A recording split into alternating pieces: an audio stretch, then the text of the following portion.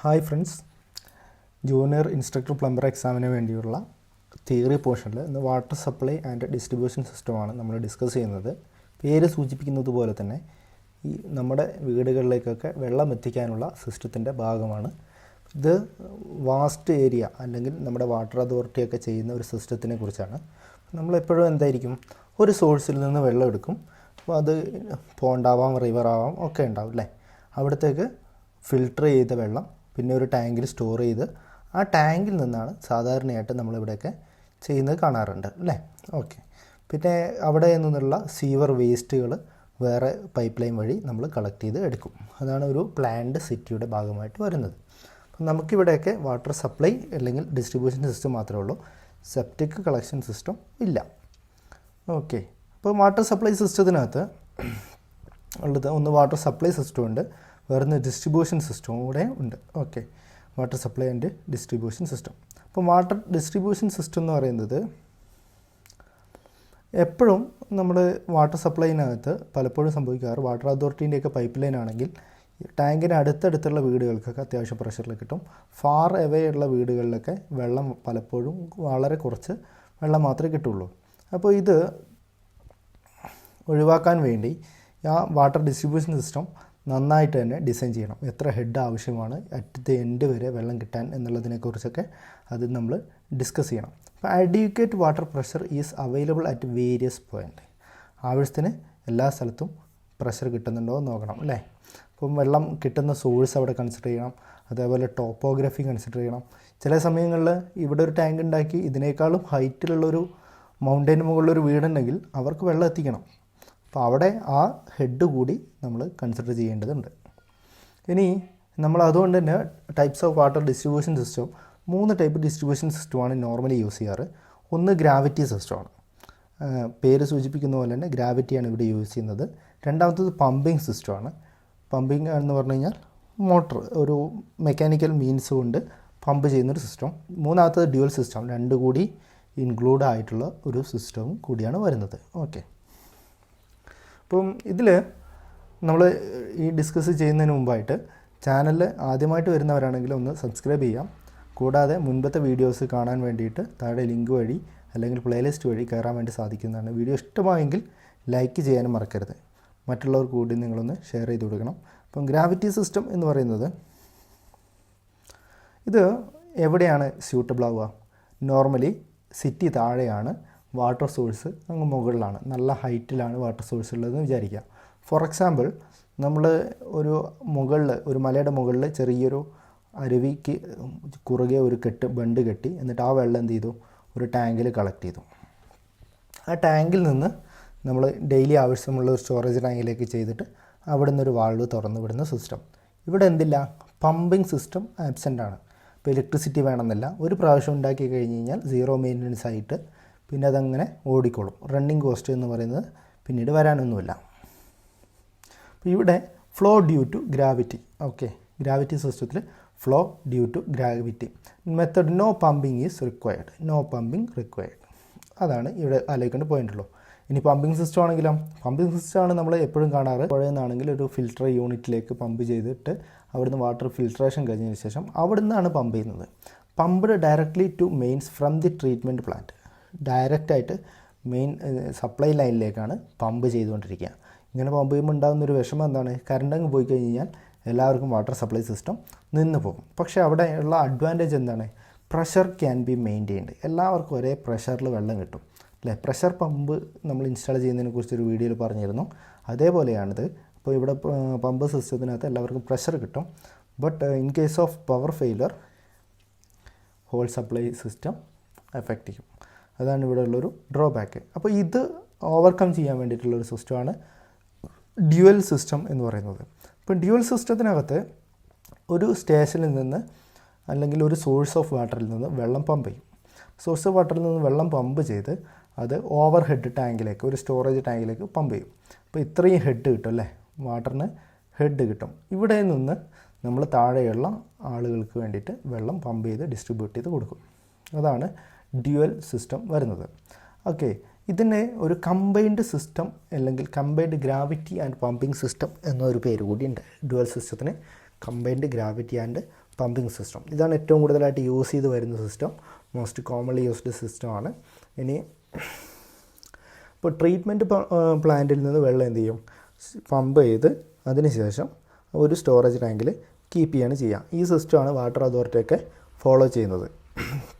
അപ്പോൾ ഈ സിസ്റ്റത്തിൽ രണ്ടാമത് സൂക്ഷിക്കുന്ന സ്റ്റോറേജ് ടാങ്ക് എന്ന് പറയുന്നത് എലിവേറ്റഡ് റിസർവയർ ആയിരിക്കും അല്ലേ, നല്ല ഹൈറ്റിലുള്ള ഒരു സംഭവമായിരിക്കും. അതിനുശേഷം കസ്റ്റമർക്ക് വേണ്ടിയിട്ട് തുറന്നു വിടാം. അപ്പോൾ ഈ പമ്പ് ചെയ്യുന്ന സമയങ്ങളിൽ മാത്രമേ എന്തുള്ളൂ, ഇതിൻ്റെ ആവശ്യമുള്ളൂ, കറണ്ടിൻ്റെ ആവശ്യമുള്ളൂ. എനിക്ക് തുറക്കേണ്ടത് നാളെ ആണെങ്കിലും ഇന്ന് ടാങ്ക് ഫുള്ളാക്കി വെച്ചിട്ടുണ്ടെങ്കിൽ നാളെ തുറന്ന് വിട്ട് കഴിഞ്ഞ് കഴിഞ്ഞാൽ കസ്റ്റമർക്ക് വെള്ളം കിട്ടും. അതാണ് ഇവിടെ ഒരു സിസ്റ്റത്തിൻ്റെ അഡ്വാൻറ്റേജ്. ഇനി ഡിസ്ട്രിബ്യൂഷൻ റിസർവോയർ, നമ്മൾ നേരത്തെ പറഞ്ഞ ഈ ടാങ്കുകൾ, ആ ടാങ്കുകൾ എന്തിനു വേണ്ടിയിട്ടാണ് യൂസ് ചെയ്യുന്നത്? റിസർവോയേഴ്സ് നമ്മൾ യൂസ് ചെയ്യുന്നത് നമുക്ക് വെള്ളം സ്റ്റോർ ചെയ്ത് വെക്കാൻ വേണ്ടിയിട്ടാണ് അല്ലേ. ഓക്കെ, അപ്പോൾ ഇതിനകത്ത് സ്റ്റോർ വാട്ടർ, വെള്ളം സ്റ്റോർ ചെയ്ത് വെക്കാം. ഇനി ഈ ഡിസ്ട്രിബ്യൂഷൻ സിസ്റ്റം എവിടെയാണ് വെക്കേണ്ടത്? ഒരു സിറ്റിയുടെ സെൻറ്ററിലായിരിക്കണം വെക്കേണ്ടത്. അങ്ങനെ സെൻറ്ററിൽ വെക്കുകയാണെങ്കിൽ ഏകദേശം എല്ലാവർക്കും ഈക്വലായിട്ട് വെള്ളത്തിന് പ്രഷർ കിട്ടും. അതുകൊണ്ടാണ് നമ്മൾ ചില സിറ്റികളുടെയൊക്കെ നടുവിൽ വാട്ടർ അതോറിറ്റിയുടെ ഇതേപോലുള്ള സിമെൻറ്റ് ടാങ്കുകൾ വലുത് കാണുന്നത്. ഇപ്പോൾ ഏറ്റവും അടുത്താണെങ്കിൽ ലോസുകൾ കുറയും, പിന്നെ ഹെഡ് ലോസുകൾ കുറഞ്ഞ് കിട്ടാൻ വേണ്ടിയിട്ടാണ് ഇങ്ങനെ ഒരു സിസ്റ്റം വെക്കുന്നത്. പിന്നെ ഇതിൻ്റെ height of the reservoir should be sufficient to meet the pressure head demand. അടിക്ക് ഒരു പ്രഷർ കിട്ടാൻ വേണ്ടിയിട്ടുള്ളത്, ആ ഗ്രാവിറ്റി കിട്ടുക, ഹൈറ്റ് കൂടുന്നതിനനുസരിച്ച് ഗ്രാവിറ്റി കൂടുമല്ലോ, ഗ്രാവിറ്റീൻ്റെ പ്രഷർ കൂടും. അതുകൊണ്ടാണ് ഇപ്പോൾ 9.8 ഇൻറ്റു ആ ഹൈറ്റാണ് ഡിപ്പെൻഡ് ചെയ്യുക. ഇനി സ്റ്റോറേജ് ടാങ്കിൻ്റെ ടൈപ്പുകൾ, RCC ടാങ്ക് ഉണ്ട്, GI ടാങ്ക് ഉണ്ട്, HDPE ടാങ്ക് ഉണ്ട്. RCC എന്ന് പറഞ്ഞാൽ reinforced cement concrete. Elevated storage tank സിസ്റ്റവും കൂടിയുണ്ട്. അപ്പോൾ RCC ടാങ്കാണ് ഏറ്റവും കൂടുതലായിട്ട് യൂസ് ചെയ്യുന്നത്. ലോങ് ലൈഫുണ്ട്, മെയിൻ്റനൻസ് കുറവാണ്, അതേപോലെ തന്നെ കാണുമ്പോൾ വലിയ കുഴപ്പമില്ല. പക്ഷേ GI ടാങ്ക് ആണെങ്കിലോ, GI എന്ന് പറയുന്നത് മെയിൻ്റനൻസ് കൂടുതലായിരിക്കും അല്ലേ. നോർമലായിട്ട് GI ഉണ്ടാവുക റെക്റ്റാങ്കുലർ ഷേപ്പിലാണ്. ഇനി ഇത് കോസ്റ്റ് കൂടുതലാണ്, ലൈഫ് കുറവാണ്. എന്തുകൊണ്ടാണ്? റസ്റ്റ് വരാനുള്ള സാധ്യതയുണ്ട്. അതുകൊണ്ടാണ് ഇരുമ്പിൻ്റെ ടാങ്ക് നമ്മൾ യൂസ് ചെയ്യാത്തത്. അടുത്ത HDPE ടാങ്ക് നമ്മൾ എവിടെയാണ് ഉപയോഗിക്കുക? ലാർജ് ക്വാണ്ടിറ്റിക്ക് വേണ്ടിയിട്ട് നമ്മൾ യൂസ് ചെയ്യാറില്ല. ഒരു large quantity of water RCC തന്നെയാണ് യൂസ് ചെയ്യാറ്. ഇത് റെസിഡൻഷ്യൽ പർപ്പസിനും കാര്യങ്ങൾക്കും വേണ്ടിയിട്ടാണ് യൂസ് ചെയ്യുന്നത്. ഇനി എലിവേറ്റഡ് സ്റ്റോറേജ് ടാങ്ക് എന്ന് പറയുന്നത് ഓവർ ഹെഡ് ടാങ്ക് തന്നെയാണ്. ഇപ്പോൾ ഒരു സിറ്റിയിൽ ഒരു കുറച്ച് ഹൈറ്റിൽ ഉണ്ടാക്കി വെച്ചിരിക്കുന്ന ടാങ്കാണ്. അപ്പോൾ ഇത് ഗ്രാവിറ്റി ഈ സിറ്റികളിലാണെങ്കിൽ, നമ്മുടെ മൗണ്ടെയ്ൻസ് ഒന്നും ഇല്ലാത്തൊരു ഏരിയ എന്ന് വിചാരിക്കുക, അങ്ങനെയുള്ളൊരു സ്ഥലത്താണെങ്കിൽ, ആലപ്പുഴയൊക്കെ പോലുള്ള സ്ഥലമാണെങ്കിൽ അവിടെ എന്ത് ചെയ്യണം? ഓവർ ഹെഡ് ടാങ്ക് ഉണ്ടാക്കിയിട്ട് അവിടുന്ന് വെള്ളം ഡിസ്ട്രിബ്യൂട്ട് ചെയ്യണം അല്ലേ.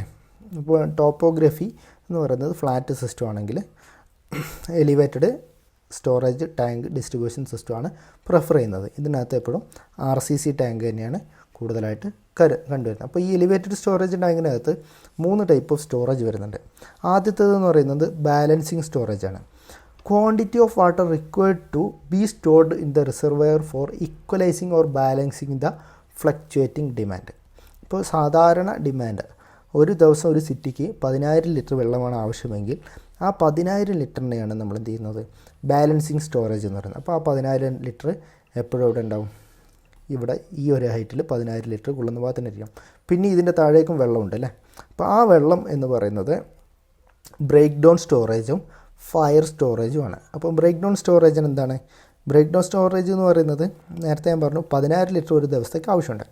ഇനി ഒരു ദിവസം കറണ്ടില്ല, അല്ലെങ്കിൽ പൈപ്പ് പൊട്ടിപ്പോയി, അങ്ങനെയാണെങ്കിൽ അവിടെ എന്ത് ചെയ്യണം? ആ ഒരു ദിവസത്തെ പമ്പിങ് നിന്ന് വരുത്, ആളുകളുടെ വെള്ളം കൂടി മുട്ടരുത്. അപ്പോൾ ഒരു 10,000 ലിറ്റർ കൂടി ഒരു ദിവസത്തേക്ക്.